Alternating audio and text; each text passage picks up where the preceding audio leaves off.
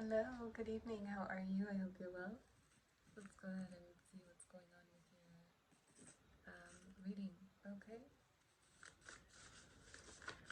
So,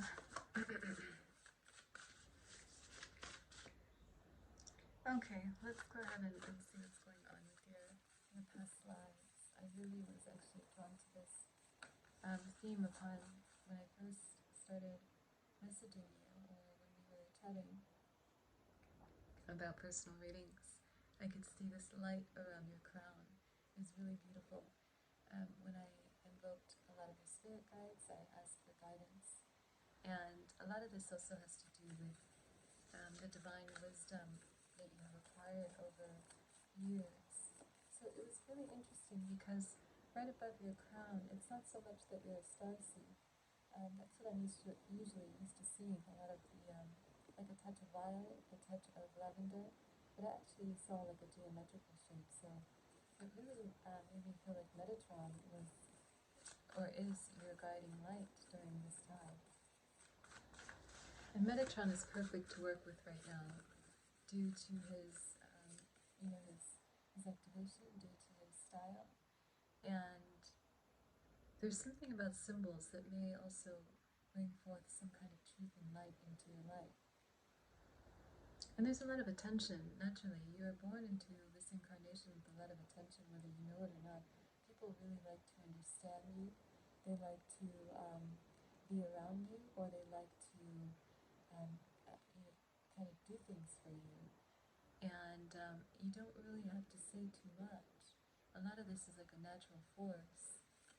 People really, really find you really humble. Okay? But again, the symbols above your crown are very different. Something I don't usually see unless you have mastered some kind of there's some kind of past life here with the Holy Land. Like you may have sacrificed something. My spirit guides are showing me texts, like scriptures, very ancient texts, or Hebrew. Okay, so wow, how powerful. Okay, and I really recommend this. So before we get into it, I don't usually start the session this way, but I have to keep in mind that we all are either immediately affected by our past life memories, or we are later, once we have processed, once we have kind of sat with that feeling or a memory, it kind of comes back to us, and it could be a very emotional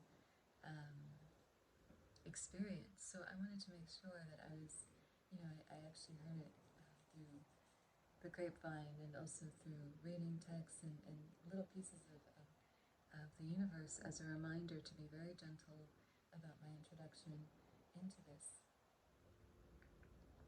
Because I know for my own, it wasn't the easiest to remember, and it was so painful, but liberating, very liberating. But it can also accentuate or kind of move you right back into that cycle. It can kind of, bring you back into that place. So I just want to be very careful before we move forward, and I'll try to keep everything as high vibe. I will share what I can. I won't overdo information that isn't meant to be talked about, okay? But please feel free to meditate. Feel free to dive into this information further. Okay? Yeah, so let's see what's going on here.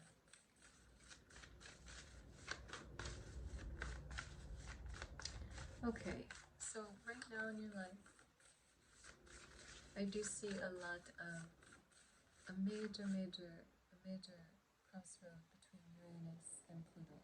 A new beginning, a new style of life. We have an architecture, or we have rebuilding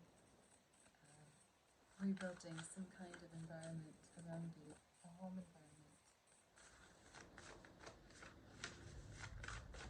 Either home or something else that's very close to your heart. Okay, there's a lot of heart here, a lot of time.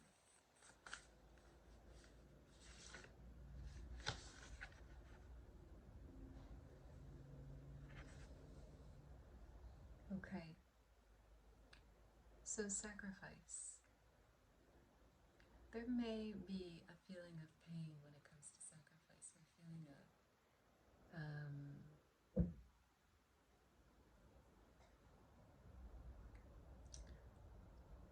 do I have to do this again? Okay. Neptune, it's really interesting. This is a planet, I'm going to try to speak as loudly as I can because last time my videos. Neptune is actually a planet of really, really, really powerful elemental magic, the power of water, the power of the sea, okay, and also the command of water. So there's something really intoxicating about a life devoted to our emotion, devoted to our hearts, or devoted to what we feel is correct for us. Okay? So right now there's something about this that applies. Maybe there's this fixation on the feeling, okay? What feels right. And if it doesn't feel right, then how could it be so? Okay? Neptune also will cloud our judgment consistently. And a lot of the time when we marry or we date karmic partners, this is the leading planet. What I've noticed at least, that it really stands out. Okay? So, yeah, I'm sensing it's almost like there's an obsession with something. There's an obsession with time, there's an obsession with how much time you're spending on something, or how much you have been devoting to a relationship, love, and this is where Neptune likes to really play tricks, okay? It's a planet of kind of enhancing that feeling of love. I'm in love, I'm obsessed, I'm obsessing, especially when there's a Saturn in Pisces placement. This is that it's you and me against the world, okay? It's an intense euphoric feeling, and there's something about what you feel very intensely about that may need to be sacrificed. Okay? You may have to sacrifice something in this incarnation, or at least Gemini season, to get the results that you want to see. This is a planet, believe it or not, this is the planet I chose before my travel. And I chose it because it didn't have a limit on how intensely it could kind of move my energy. It could, really get me very creative. It's all or nothing. It was all or nothing, and that's kind of what I wanted to feel in the beginning. In the beginning. So I really recommend this energy if you are creating, if you are an artist, if you are, you're into painting, you're into design, you're into any kind of creation where people want to feel your heart. That feeling, if I can't feel your heart, I can't feel your intention with your work, then I'm kind of in limbo. Okay? So this is definitely the frequency that you want to work with when you really want to pull people into your world. But something about this may be a little bit imbalanced with your life right now, your incarnation. So you may have to sacrifice something in this lifetime to achieve another. And when I say sacrifice, usually it comes with a completion, okay? And it's not easy. It's one of those things that we kind of go, do I really have to let that go? Okay? There's no right or wrong. It's either yes or no. Okay? There's no right or wrong.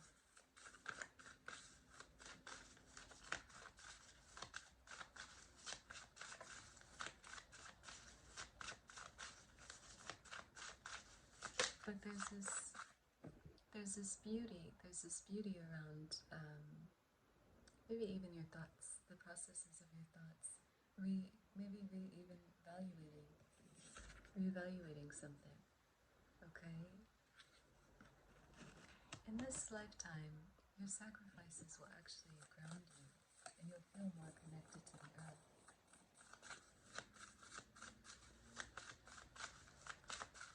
Yeah, in your most recent lifetime, my love, you know very well what it's like to sacrifice. But what you did not sacrifice was something that meant a lot to you around the center of your body. There was an incarnation where you had like a sculpture, or you would sculpt, and I'm having a vision of Michelangelo, his in the Merkaba. The forget what it's called. It's the outline of where he's like, there's a man like stretched out or a figure stretched out through symmetry. Okay, very similar to your past life. There's something about your symmetry of your forehead to your middle of your chest and outward. Okay, there's something about, I don't know what that means. Maybe it resonates as I'm speaking to you. Maybe do a little bit of a meditation practice. You would sculpt, you would create, okay, and you would really help people understand themselves through the art of clay or some kind of creation here. So let's see. Yeah. So you were not given a choice. Okay? You're coming from a past life, Virgo. Yes. Virgo, you were not given a chance to say no. No one gave you an opportunity to say no. No one gave you a choice to say no. It was you leading, and that was the only option. You teaching, and that was the only option because of your family. Okay? So as we move into your past life regression, I just want you to take a deep breath and really hold space for the thought of. It's up to you how you want to receive the information. Please be gentle with your heart. If it doesn't resonate, that's okay. But the experience in itself, I really hope it grounds you, invoking the angels to protect you from any malicious thoughts. Okay, just in case. So, Virgo, yeah. Oh my gosh, yes, the sign of sacrifice. Okay, we have the sign of sacrifice. Virgo was never given a choice in some ways. Okay, Virgo automatically knows that they are hardworking, that they have sacrifice to make. If it's not perfect, there's no other way out.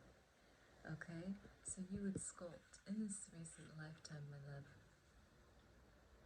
You would create with this detailed vision, the eyes of an eagle. I see.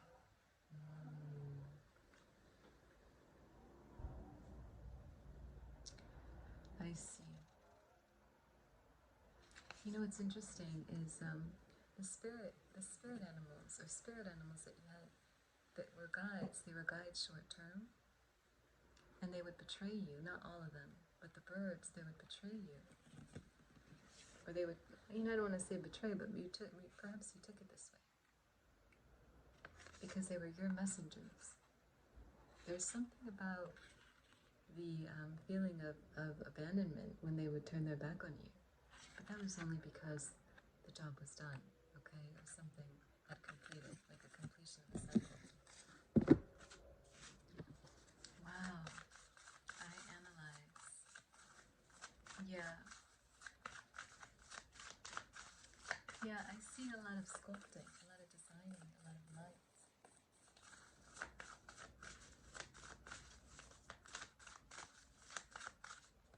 Wow. Mercury in retrograde in reverse, your past life regression, okay?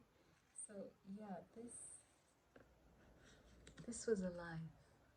As we merge it into the current, you no longer wanted to fight for what you felt belonged to you. You didn't want to fight for something that you already knew belonged to you. And your mind in this recent incarnation, you were so smart, you were so strategic, that you never needed a second opinion, you never needed people to tell you that you're right. Everything always landed where it should. People didn't second guess you because this is how good you were at doing your job, or even at leading through war. I did see in my vision small battles, like civil battles, or even like country town battles. You really believed in beyond, okay? Megan, beyond.